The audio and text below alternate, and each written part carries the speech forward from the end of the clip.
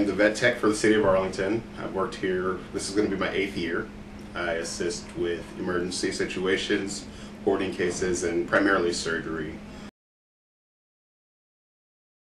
One good thing would be appointments. It's always nice to know what you're getting, whereas here it's always a wild card, it's always a gamble.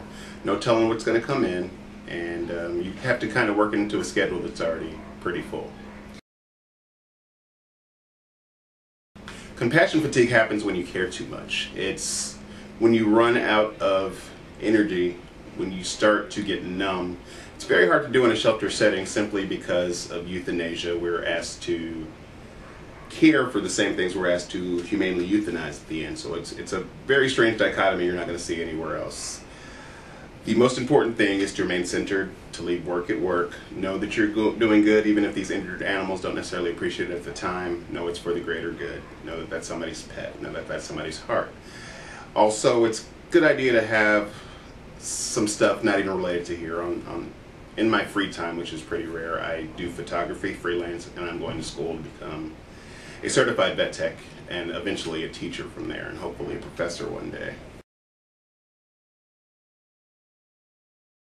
The kids assisting me at MISD are incredible. I think it's a good idea to get hands-on experience, to know that this is really what they want to do. We need dedicated members of society, and volunteering would be the best way to do that. So getting experience early, and a lot of it, would be ideal. So MISD is partnered with the City of Arlington to do an internship program, and I'm very hopeful it's going to go very well. Make good grades. Study hard. Know that this is what you want to do. Volunteer is the most important thing. Don't get a job yet. Start by volunteering. Know this is a really good fit for you. Recognize it's not always going to be playing with puppies. A lot of it is hard work. A lot of it can be pretty stressful and physically demanding, certainly, so stay in shape. It's always a good idea. Go to school while you're young. Stay in there. I know it's hard, but it's just a second. I know it feels like a long time, but I really recommend staying in school. Just get it over with, because it gets a lot harder when there's bills to pay. So take advantage of your youth. Get life experience. Know that this is what you want to do, but if I had to do it all again, I would have started earlier, but I'm exactly where I need to be.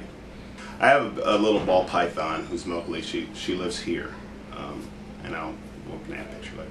She lives here. I don't take many pets home, mostly because I'm never home, but there was this one case. There's this little dog named Shotzi.